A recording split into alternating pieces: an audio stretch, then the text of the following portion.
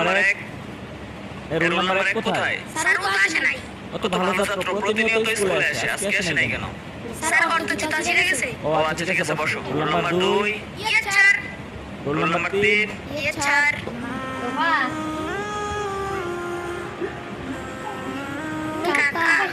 হ্যাঁ তুই স্কুলে গেছিস না?